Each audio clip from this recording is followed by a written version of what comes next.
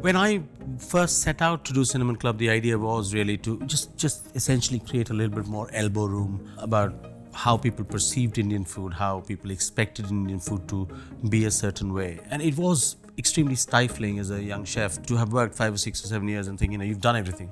There's nothing new to learn, there's nothing new to create, and there's nothing new to try.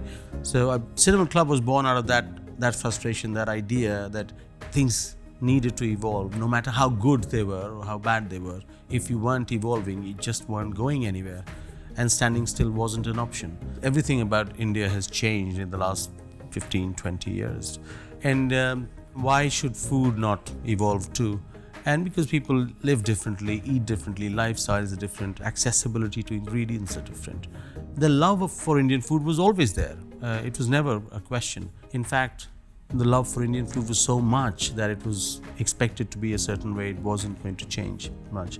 So it was kind of becoming a victim of its own success.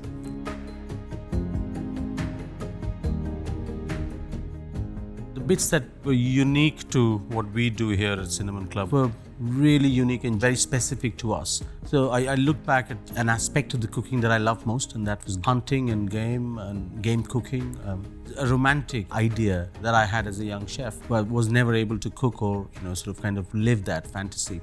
I had that opportunity to do so here, and it in many ways defines what Cinnamon Club is about. One of my earliest memories of food that I still cherish now is the thought of going to Indian weddings, and therefore it was no surprise that weddings featured as the second theme across. And the third one purely is that of journeys, because a lot of my creative inputs and juices and our inspiration from food comes from journeys back in the country. So why plate for me, when I first met yourself and Klaus, was just a fresh start, a start to a new project, a new artistic, collaborative, very different but creative minds coming together, trying to collaborate with different chefs and their own individual languages and their expressions of food, but then that to be captured into photography, digital, and then all their different manifestations. It sounded like a very, really genuine, really clean, pure, creative idea. I did not want to set my mind too much on the outcome, because I wanted to enjoy the journey just as much. So I wasn't too fixated on how I wanted the project come to an end. And I'm delighted I am a part of this, because it is a wonderful project.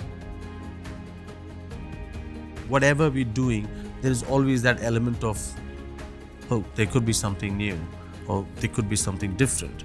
And the bedrock of this is that the only thing constant on our menu is change.